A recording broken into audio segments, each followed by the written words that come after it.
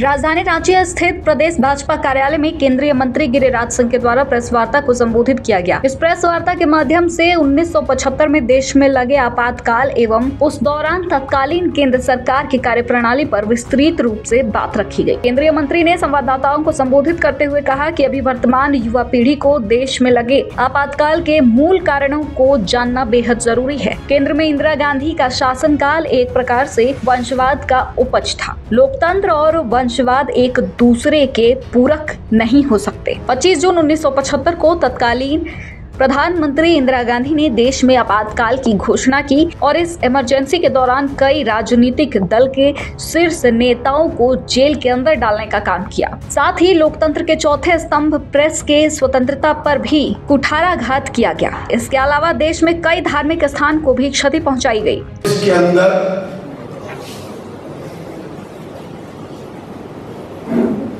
जो इमरजेंसी लगा, आपातकाल लगा, लोकतंत्र की हत्या हुई। आज जो इस सदन की इस हॉल में है, देश के अंदर अभी जो जनसंख्या है 50 साल के नीचे की जनसंख्या लगभग 105 करोड़ से ऊपर है। देश को, आज की युवा पीढ़ी को ये जानना जरूरी है कि भारत की लोकतंत्र सबसे पुरानी लोकतंत्र, हमारे रग रग में लिच्छवी गणराज्य को सब लोग जानते हैं।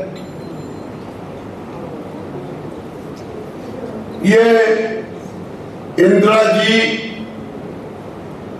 जब से प्रधानमंत्री बनी, वो वंशवाद की उपज थी। लोकतंत्र और वंशवाद एक दूसरे का पूरक नहीं हो सकता। और 71 में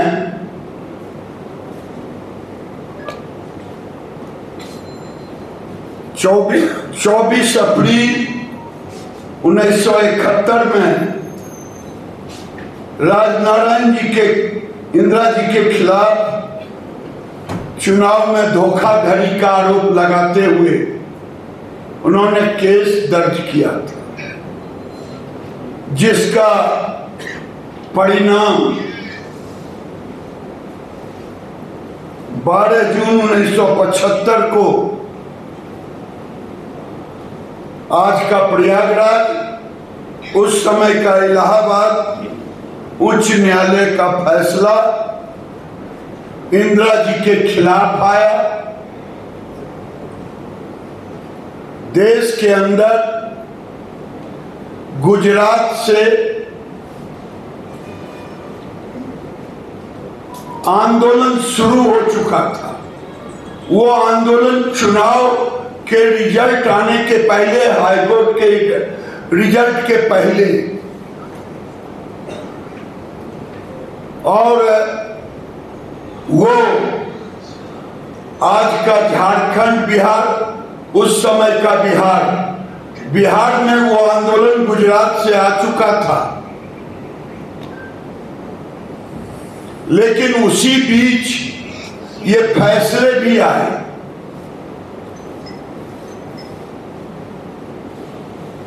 फैसले आने के बाद इंदिरा जी का तानाशाही रूप सामने आया और उन्होंने, उनके सामने दो रास्ते थे। एक रास्ता जो लोकतंत्र कहता है, उन्हें जब तक दोष मुक्त ना हो तब तक इस्तीफा दें। जब चुनाव हुआ तो वो गद्दी से लोगों ने निरस्त कर दिया, नौकरशाह का राज हो गया। आज लोगों को इससे सबक सीखने की जरूरत है। दुख तब होता है जब कांग्रेस के अध्यक्ष खड़गे साहब चाटुकारिता में अपने बयान देते हैं।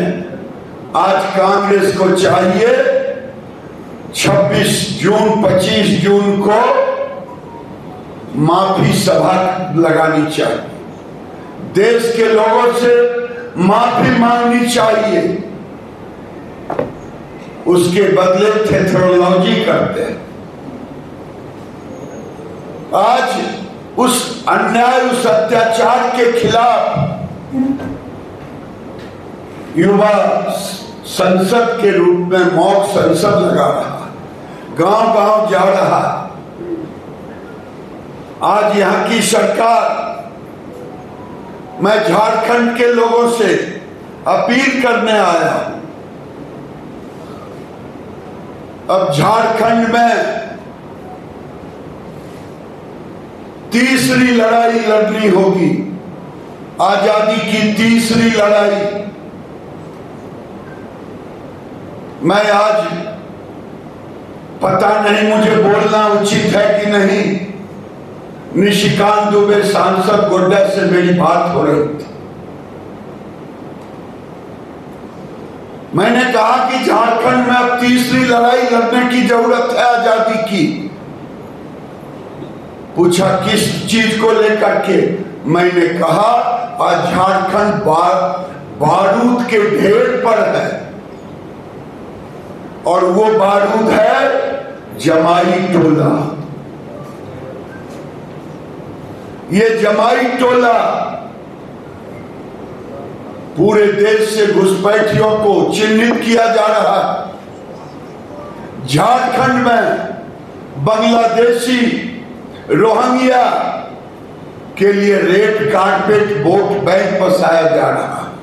आदिवासी की संख्या आज घट करके 24 नहीं, 24 तो 11 के आंकड़े, आज लगता है 12-24 के करीब आ गया। इस राज्य की पहचान आदिवासी के बगैर झारखंड की पहचान नहीं। इसलिए आज के युवा को इस जमाई टोला के विरुद्ध, आदिवासियों के अस्तित्व को, झारखंड के अस्तित्व को बचाने के लिए एक आंदोलन करना पड़ेगा, और ये आज का युवा ही कर सकता है। जब आदिवासी ठीक ही कहा था, आदिवासी बचेगा तब तो आदिवासी के नेता कोई होंगे। दूसरा, मैं पंचायती राज मंत्री भी रहा पिछले मोदी जी की सरकार में। देश के सभी राज्य लगभग पेशा कानून को लागू कर दिया। हेमंत सरकार पेशा कानून लागू करे, अवैध जंगल चाहे खनन, इसका अधिकार आदिवासियों को दे। ये संघर्ष अब निरंतर चलने की योजना बनानी चाहिए। मैं यही अपील करता हूं झारखंड के युवाओं से।